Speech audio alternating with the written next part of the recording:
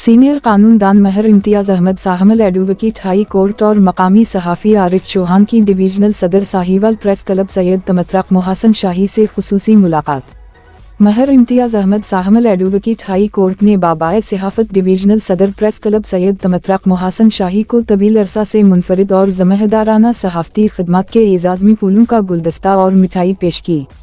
बाबाए सहाफ़त सैयद तमतरक मोहसन शाही कई बरस से अपनी कलम की ताकत से मज़लूम को इंसाफ की फराहमी, माफियाज़ को मंजर-ए-आम पर लाने और जुराइम पेशा अफराद को कैफ़रे किरदार तक पहुँचाने में अपनी मिसाल आप हैं, जो कि सैकड़ों नौजवान सहाफ़ियों को अपने फ़राइज़ की अंजाम दही के लिए ट्रेनिंग फराहम कर चुके हैं।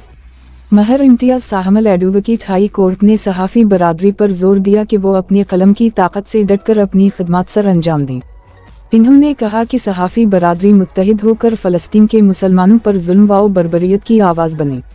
महर इम्तियाज़ साहमल एडवोकेट ने पैर सैयद तमतरक मोहसन शाही को तवील अरसा से सहाफ़ती खिदमत के एजाज़ में फूलों का गुलदस्ता और मिठाई पेश की।